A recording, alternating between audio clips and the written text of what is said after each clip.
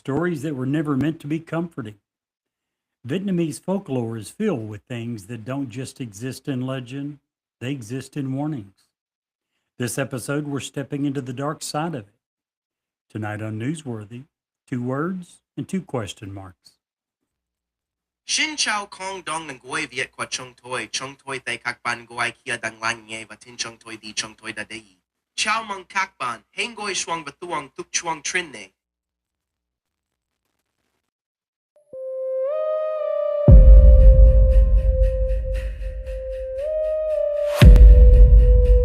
I'm Steve, and I've not seen a conspiracy that I don't like.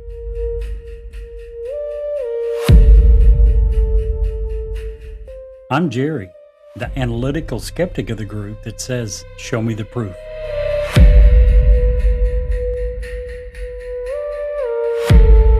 I'm Brett. I'm the mediator between the two elders and usually cast the deciding vote.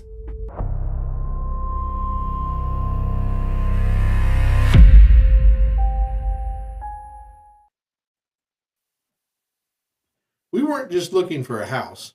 We wanted our forever home. That's when we called Ed Lockett, USA Mortgage. He helped us see the bigger picture. Ed showed us how the right loan could fit our family's future, not just today's needs.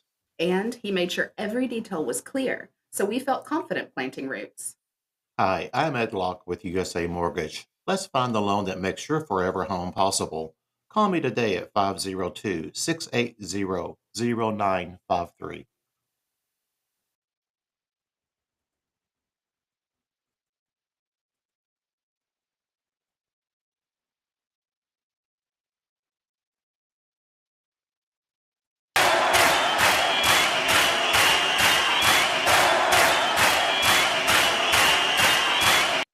Wow, I messed that one way up. It'll all be good. Welcome to Newsworthy. Two words, Absolutely. two question marks. I'm Steve, that's Jerry. Brett is obviously not here again today. What's he doing? Do you by any I- chance know? It's funny you should ask. Brett took vacation. He is on holiday. He is in the Tibetan mountains picking ticks off of Sherpa dogs. Really? Yeah, some weird fascination he has. I don't know. Apparently so. He's a weird dude. Weird dude. Guys, you may have noticed something a little different coming into this show. Us, like many, many other podcasts, in fact, there's been several Reddit articles about it. Last few months got big spikes in Vietnamese numbers. I thought originally, hey, it's some bot farm that picked us up, hit the algorithm, whatever. Apparently, it's not. Those are real Vietnamese people out there listening. It is one of the highest growth rate podcast dynamic, or what's the word I'm looking for? Not for sure. Group of people. Okay. Word. Dang. It'll come to us the moment we hit the stop button. Yeah. Anywho, it's one of the biggest growing podcast groups of folks in the entire world. So we just wanted to welcome them in. We appreciate them Absolutely. listening. In fact, tonight's whole show is about Vietnamese spooky Yes, it stuff, cryptids, and it was kind of fun actually. It was. You know, we often cover cryptids and conspiracy theories and haunted stuffs here in the United States. And It is- occasionally in some European country, Mexico. somewhere. But very rarely. So Yep. to go to the Far East and start digging through some of their lore and some of their that's pretty amazing Yeah, it stuff. is. You mentioned that we had several people listening. You didn't tell them how many. There was one segment, and I don't recall if it was a week, 2 weeks, a month. When we go to look at our analytics, it'll show it by, I think, 1 week, 2 weeks, a month, 6 months, 7 days in a month, 7 days and weeks. and 30 days. Okay. Yeah. There was one particular period that we looked at it, and our Vietnamese listeners had actually surpassed American listeners. We had more people for that time period from Vietnam listening than from America. It blew us both away. Yeah, that's why I started doing the research. Because Absolutely. immediately you start thinking, well, that's a bot farm, that's this, that's whatever. And that's just not, What was just wasn't happening? the case. Right. You know. So, anywho, Very true. So tonight, Vietnam. Vietnam stuff. Oh, before we get into the show real fast, within 30 days, we're doing our very first Bigfoot Festival Of 2026. of 2026. And that will be where? We're going to Stanton, Kentucky for their second annual Red River Gorge Bigfoot Festival. Very nice. And the first one was absolutely huge. It Yeah. blew away all expectations. It was so literally busy. shut down the interstate going through Stanton. Yes, it did. The backups trying for people to get off, and the backups were caused because the parking lots, the main parking lot that they had designated, the backup parking lot was full. They didn't know where to send people for a while until they got that figured out. So people were backed up to the interstate and way back on the Yeah. interstate trying to get off to come to the festival. Yeah, We're and- hoping this year's anywhere near that. Other than that small thing, which nobody could have planned for, Oh, absolutely. it was probably one of the that we do several festivals. It was one of the best ran, It really was. best organized, best thought out. Which is saying a venues. lot for it to be Period. the inaugural event Yeah, last year. yeah. And we're gonna go, but we got a special thing for you guys today. If you listen to the show and you want to come see us live at the Red River Gorge Bigfoot Festival, if you come up to us, and since Brett's not here tonight because he's a loser, all you have to say to us is, "That's why Brett's not on the banner." If you tell us that, either me or Jerry, either one of us, we're going to give you a free special gift. Absolutely. Did we tell them when it is? May 30th. May 30th in Stanton City Park in Stanton, Kentucky. Starts at 10 a.m. We'd love to see you there. Yeah, absolutely. Come see us. Come, even if you don't want a free gift, come say, "Hey, I listened to the show. Glad to have you." If you have an awesome experience you want to share, great time. We're going to have our equipment there. We'll be able to do an interview right on the spot. So Absolutely. we don't sell anything at those things. We just go to talk to people. Some people, we hear occasionally, some people say they would like to share. They don't want to be recorded. That first of all, there's no video. It's only audio. Secondly, if you are insistent you don't want, but you'd still like to share your story, tell us. Yeah. We can retell the story. You don't have to be recorded at all. But Absolutely. I'll nothing use them else for talk bonus about. stories. Absolutely. Nothing else. Stop by and say hi. Anywho, all right. Jerry, Yes. did you know that Vietnam has something equivalent to Bigfoot?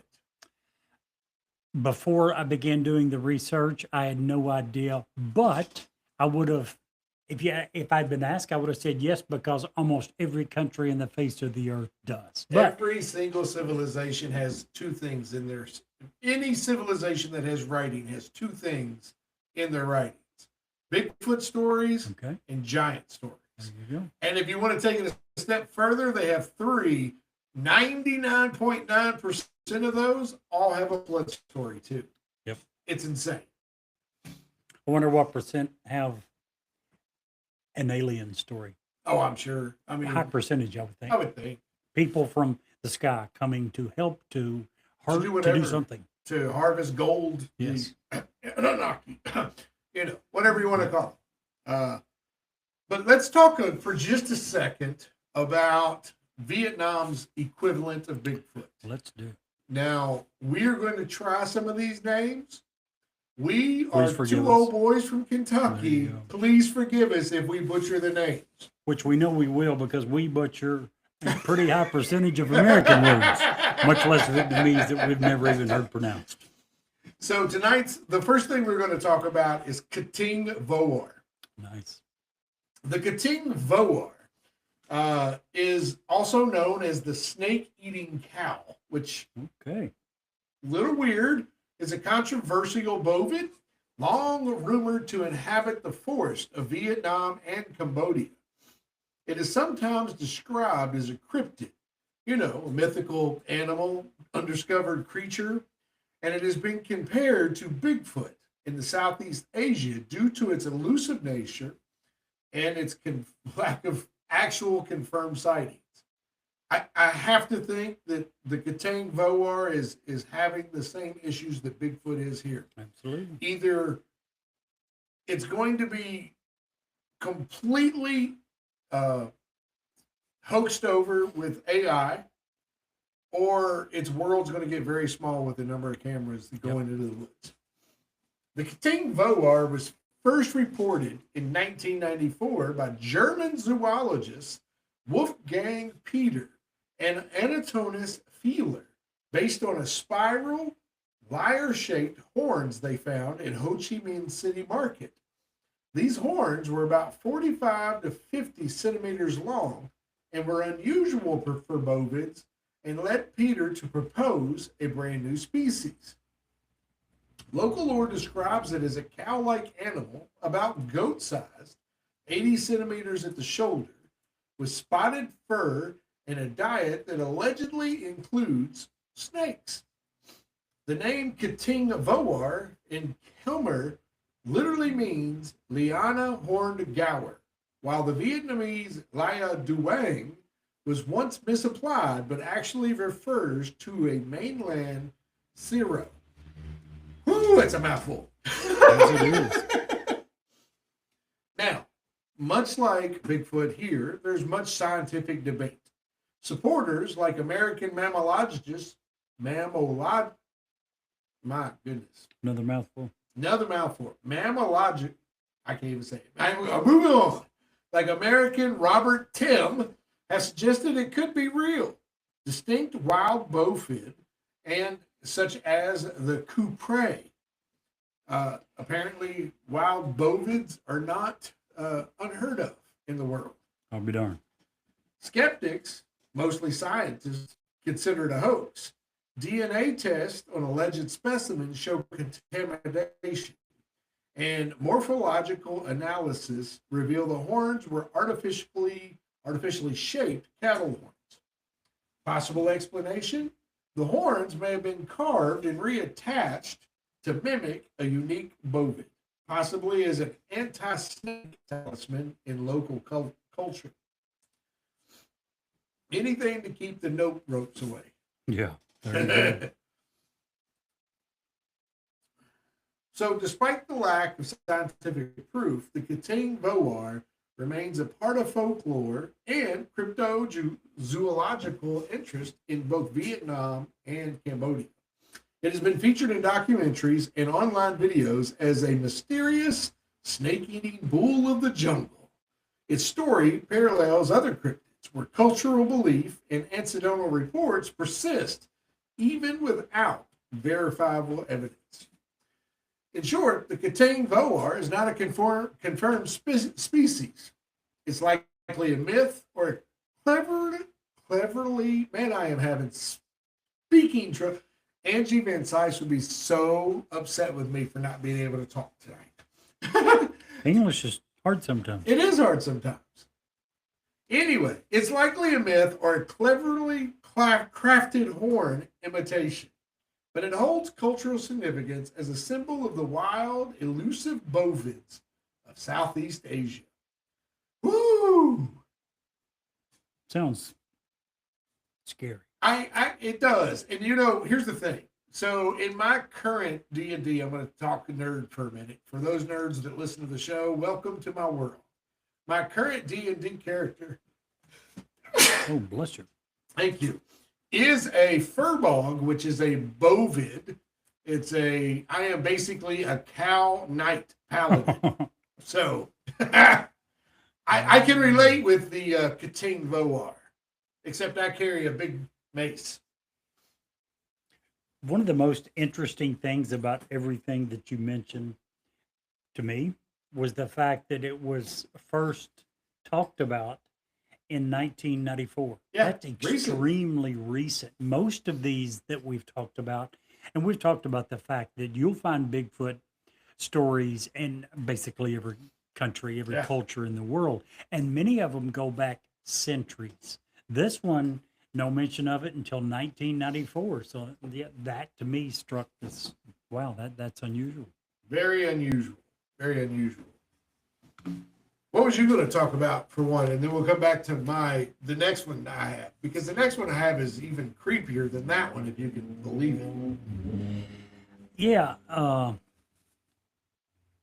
first of all, to expound upon that, what I just said, the fact that you can go to almost any country in the world and you're going to find a Bigfoot story. The names change.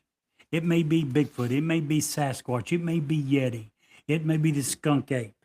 And in The Ohio Vietnam, grassman. right? And in Vietnam, it's Katang Voar. the names change, but the stories are eerily similar. And it's not just cryptids. You'll find the same thing happening with ghosts, spirits, boogeymen, creatures of the night. The same thing. The names change, but not the stories. They're very similar stories that have been told around the world in many cases for hundreds, if not thousands of years. First one I'm going to talk about is called the Mada, the spirit that waits beneath. Wait. Yes. Mada. How do you get the Mada? And I get 8,000 different varieties of not how to pronounce anything. You think You are definitely the smarter of the two of us. So I don't know why you get No, no. the I was Mada not the smarter and of I the get two. the normally? In this case, I probably was because I was smart enough to pick the one with names I could pronounce. That's all I'm saying. I took a look at the first one. I'm like, yeah, Steve, I think you would do really well with this. You must have caught me when I had had too much wine. Yeah. Anywho, I didn't mean Mada. to cut you off. Mada. Tell us all about Mada.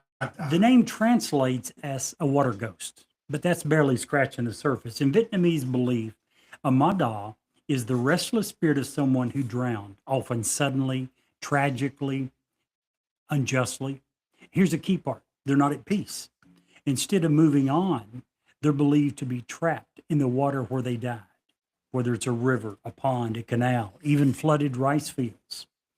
But over time, they become something else, something patient, something waiting. They don't just haunt the water, it waits. In many tellings, the only way that the Mada can be released to its final home is to replace itself, meaning it needs someone else to drown. It's a literal game of tag. They drag a living person down to drown so the victim takes their place as the new Mada, allowing the old spirit to finally move on to its final resting place. Oh, that's creepy. Isn't it though? Ooh. Now, the stories vary, but some of the common descriptions include a pale, bloated figure just beneath the water's surface, sometimes described as a bloated corpse with hair that looks like tangled river weeds. Sometimes it's a hand that grabs at ankles, trying to pull you under. Sometimes it's nothing visible at all. They're just a sudden downward pull.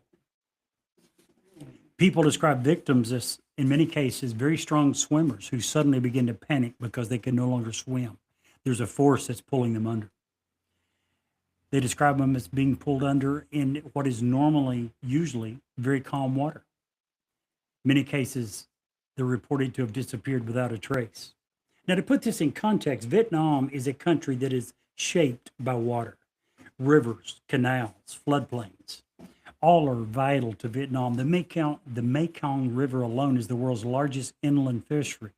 It supports millions of people with its food, its water, transport. So Mada serves a dual purpose. They're supernatural, but they're also practical warnings. So don't swim alone, respect the water, and be careful where you step, because whether it's a ghost or not, the water might take you. You have a very puzzled look on your face. Man, I don't like. So when I was young and dumb, I'd swim anywhere. Okay. As I've gotten older, I don't like swimming where I can't see where I'm putting my feet. Okay. And river, those water shoes are the best things. I think it's bad enough when you're in the ocean and I learned a valuable lesson 3 years ago on a cruise. We were in Mexico, and I did not have water shoes, and I stepped on a sea urchin and got Had one to of hurt. those things all up in my foot. But even that isn't going to take me under and keep me and trade places with me. That's creepy. That is. Oof. I don't like it. I don't Creepy, like and that you one. can see where those stories would really, at the end I was talking about don't swim alone, some of those things, be careful of the water. You can see where a story like this being told to a young child is going to make a lasting impression. You got all those tonight. We'll come back to that. But here's the thing. don't swim alone.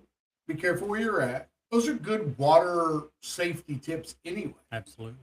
You know what I'm saying? It reminds me of that TV show with Jeremy, I forget his name, but did River Monsters. Yep. Where he would go and hunt these fish, and he would pull up these fish that could absolutely do what you're saying. Fish, eels, octopus, all kinds of things. Yeah. Crazy. Crazy. Hello, I'm Ed Locke with USA Mortgage. Tax season is upon us. Did you know that 47% of Americans are planning to use their tax refunds for everyday expenses, home improvements, and vacations? What if you used your tax refund for a new home instead? Again, this is Ed Locke with USA Mortgage. Your tax refund can be used towards down payment, closing costs, or paying down existing debt to help get approved. So before you spend that tax refund, let's get together and see how to best utilize those funds to invest in your future and your new home. Call or text me at 502-680-0953. Again, that's 502-680-0953. NMLS ID 448908, Das Acquisitions LLC, doing business as USA Mortgage, NMLS ID 227262. This is not a commitment to lend. Additional terms and conditions apply. USA Mortgage is an equal housing lender. So, speaking of Ed, I've dealt with Ed four different deals already this year. If you are seriously looking for a great mortgage, a person who's going to walk you through the beginning process all the way to the end to find the package that's right for you, who's going to tell you if he doesn't have the best deal that you can possibly get, Ed Locke's the guy. Wouldn't you agree, Jerry? I was going to ask if I could add a personal story. Sure, absolutely. Personal from the sense I've never dealt with Ed. I've never completed a transaction with him.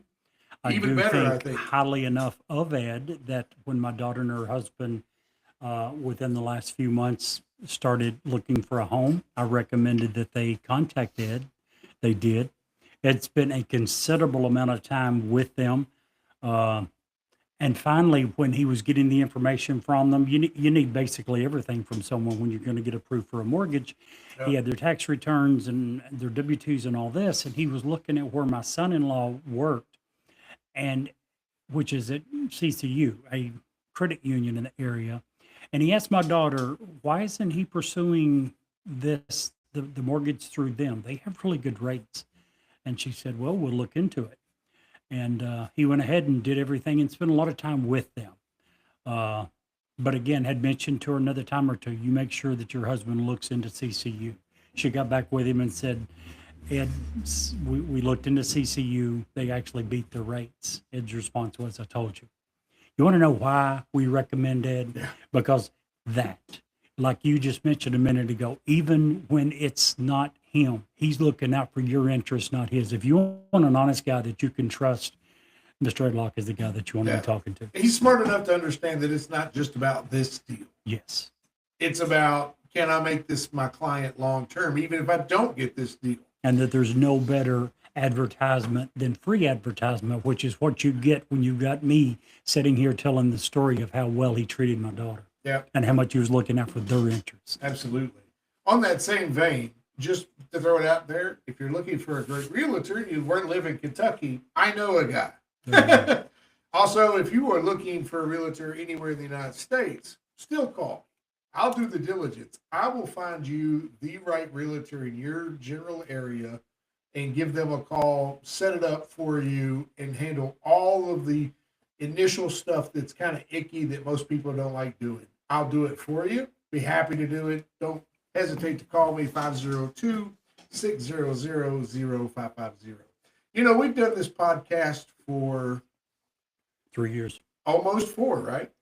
Close. We're real close. And I think I've advertised myself 4 times. It's probably a mistake. We should do it a lot more, to be honest. Because seriously, I can help. In Kentucky, I can handle everything for you. That's where my license is. But anywhere else in the United States, I can do all the dirty work for you. All you have to do is meet the person and sign the paperwork at that point. There you go. So let me help you with all that. I don't mind to do it. It's what I do for a living. That and this podcast is my life. So let's do it. So, Jerry, now that we're done with all the ads, I every time I read this name, it kind of cracks me up a little bit. Okay. The next thing we're going to talk about is the tale of Holy 10. Holy 10. Now, I know that I am probably saying that wrong, but it translates in Kentuckian as Holy 10. The old people say that before Hanoi had Hanoi, my gosh, I'm having such trouble talking tonight. The old people say that before Hanoi had streets, before the lake had a name, the land was wild, a tangle of reeds where mist of the world of spirits pressed close against the world of men. On certain nights when the moon hung low and red over the water, villagers whispered that they could hear something breathing beneath the earth. Not an animal, not a human, something much, much older. They called it Holy 10, the fox spirit. For 1,000 years it had lived in the caverns beneath the marsh, shedding its old tails and growing new ones, each one a mark of more power. And by the time people first settled nearby, the creature already had 9 tails, each moving with a mind of its own, glowing faintly like embers in the dark. And with the 9 tails came the final gift, the ability to become human. At first, it was subtle, a stranger passing through the village, a beautiful woman seen walking alone at dusk, a handsome man like me, who appeared at the market but never bought anything. People spoke to them, and those people were never seen again. Livestock vanished. Children woke screaming from dreams of golden eyes staring through the window. Travelers swore they saw a woman standing knee-deep in the lake, her reflection showing 9 white tails, even though her body did not. Fear started to settle over the village like a sickness. Finally, word reached Lac Long Quan, a dragon-blooded king, the ancestor of Vietnamese people. He traveled north. He followed the stories until he reached the lake that would one day be called Tay Ho. The moment he stepped on the shore, the water went still. He called out to the spirit, demanding that it show itself. And for a long moment, nothing moved.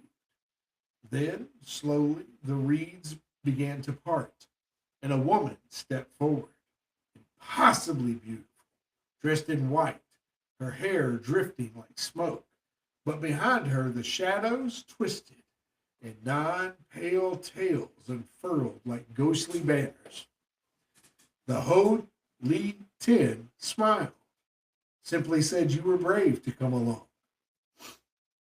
And he said, I'm never alone. The ground trembled beneath his feet, and the battle that followed shook the land. The fox spirit split into illusions, 100 different versions of herself, each laughing and whispering lies. She turned to the air into a maze of shifting shapes, trying to confuse him, to lure him close enough to strike. But Lac Long Quan was not fooled. With a single sweep of his blade, he cut through the illusions and struck the real creature. The Holy 10 screamed, her 9 tails thrashing like serpents. She tried to flee into the lake, but he seized her by the tails, and one by one he severed them. And when the 9th tail fell, the spirit collapsed, her power unraveling like smoke in the wind. Where she died, the earth sank, filling with water. That place became West Lake, the great lake of Hanoi. And the villagers on that say that on quiet nights, when the moon is low and the water is still, you can see faint ripples moving with no wind. If something stirs deep within the water, something stirs deep within their sleep. because the spirits that old truly never die. They only wait for their next victim. Ugh. Yeah. What a creepy story. I don't know what that story has to do with cryptids, but that's a creepy story. I agree. No, I would wholeheartedly agree. Yeah, it amazes me. I know I'm saying it again. I'm being repetitive, but Gosh, you're so repetitive. so many of these stories they go from culture to culture. It'll have a different name, but something very similar can be found in America. Basically, any country you want to look at. Skinwalker is what it makes me think of in You got it. America. And when you start looking into it, there's similar things found in many countries, if not most countries, which makes you wonder, how does people, I know the first one you did, what was the name? Kating Bor Yeah. was only discovered or first found in 1994. Many of these go back long periods of time, hundreds of years in many cases. How can you have so many similar stories that have been told around the world going back hundreds of years, way before communication was to the point that people could have heard it from elsewhere? Right. How? Without some kernel of truth originating all of these stories, how? How do This you? is why we do what we do. Absolutely. To me, it just lends so much credibility to these stories. Is there's no way that people from around the world have been telling these same stories for such long periods of time with so many similar details if they just made it all up. I find that very hard to believe. Even if it, let's not say they made it up. Let's say even if it is something that they absolutely believe they saw. Right. I have another story on deck that if we get to it, great. But it involves something that we have direct experience in. In that, on many of the festivals we talk to folks. A lot of them, like Jerry said at the very beginning of the show, they don't want to share their story online. They don't want to be recorded. They just want to talk. And a lot of people at these festivals feel very safe just sharing their story, which is why we go to them. We love it. Yep. And we do that at our own expense. It just, that's because we love those stories. We love how it helps our podcast.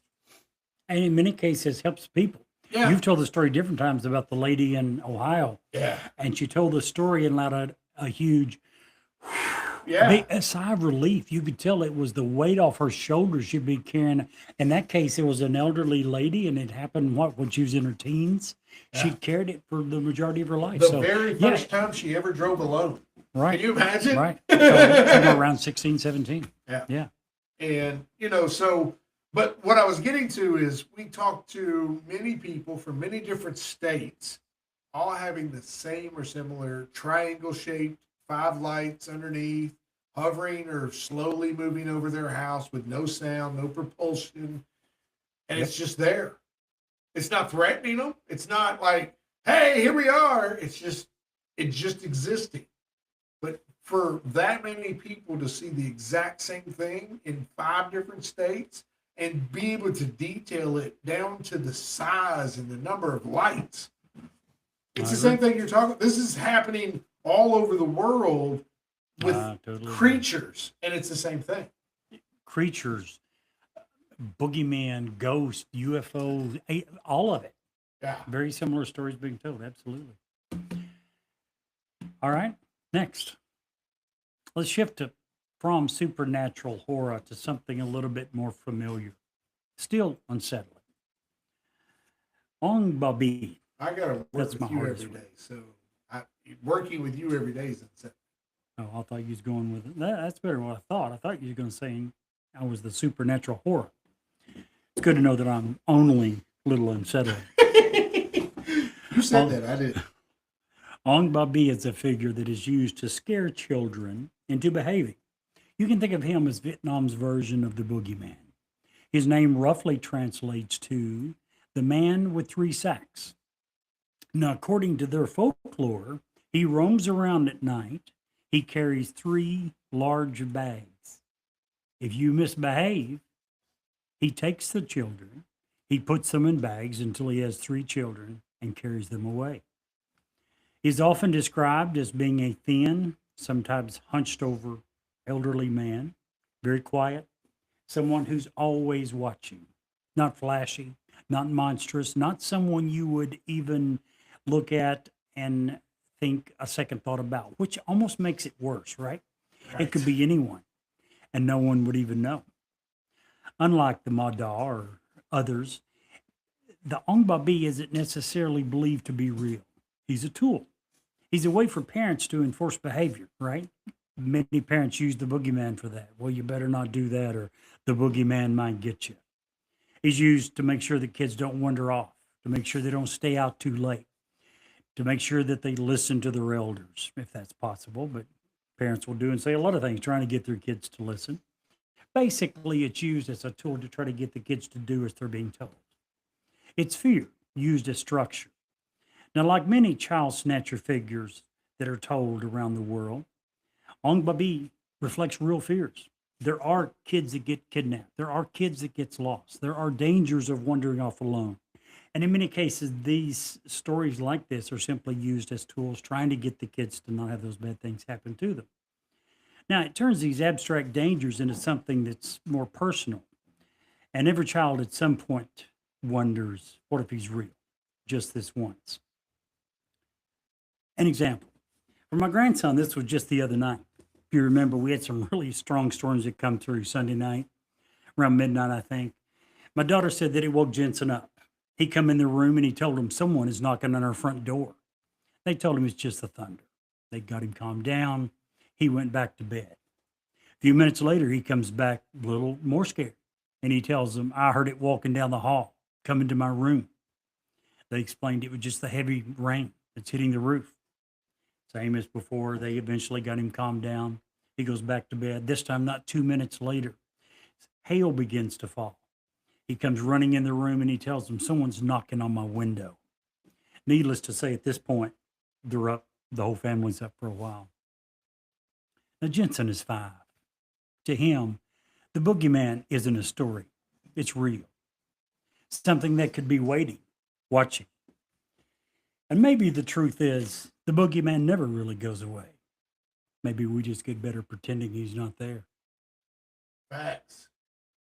Listen, the safest spot I ever considered myself was next to my grandfather. When we lived with him, I would sleep with my grandfather. And he was old school. The house was warm, had 8 blankets on the bed. Back in the day, you know, where the older folks slept in separate beds. My grandma slept in one bed, he slept in another bed. I remember to this day, even in being in the safest spot I could ever possibly be in, I would get close to him and away from the edge of the bed because I was afraid something was going to reach out from underneath the bed again. There you go. Crazy how those things think and say and how you imagine that stuff. Sure. When you're a little kid, there's a lot of scary things in the world. And nighttime, I think nighttime opens up the imagination because now we can't see. We hear a noise. We don't know what it is. In many cases, it's probably just an old house creaking. But little kids don't know that. It's an unknown noise made by an unknown person or thing. One of the creepiest things you can hear when the lights are out, if you're outside, is to hear something like an opossum walking because it's so Rhythmic almost. rhythmic. Yep. And it's small. So it happens fast enough that it's like, oh, what is that? How is that? You know what I mean? Kinda. I never had those fears, and I was in the woods a lot. But I was in the woods enough that when I was in the woods at night, even young, we had guns with us. We always at night, if we were in the woods, we had dogs with us. Yeah. So between the guns and the dogs, I just grew up not being scared of the woods or the dark. Yeah. So that helps. Speaking of woods, hopefully soon we have a really cool special alert coming out. Still working on The video the end of it. video, and it is going to be a video release, so that's kind of new for us. We're excited about it. pretty stoked by that. We're going to leave that at that. But Jerry, Kating Vote. Do you think that gets a thumbs up or a thumbs down? I'm going to save us a little bit of time for me. I think all four need more. They're all thumbs up. They need more news coverage, and here's why.